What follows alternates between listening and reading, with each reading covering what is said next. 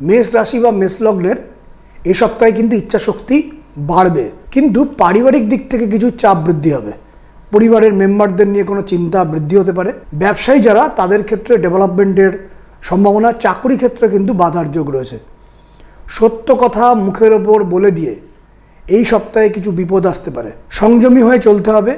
এই সপ্তাহে বেফাস কথাবার্তা বলার জন্য বিপদে পড়তে পারেন। কাউকে ইমেল করে, কাউকে হোয়াটসঅ্যাপ করে, কাউকে SMS করে, যাতে কোনো বিপদে না পড়েন সেভাবে বুঝে SMS বা হোয়াটসঅ্যাপ বা ইমেল করবেন। কোনো ত্রুটি যেন না থাকে।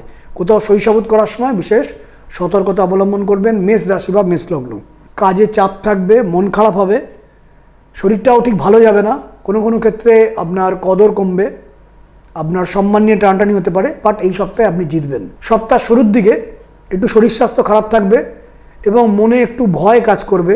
রাস্তাঘাটে যখন চলবেন সাবধানে চলবেন। সপ্তাহের দ্বিতীয় ভাগে অনেক আশা পূরণ হবে।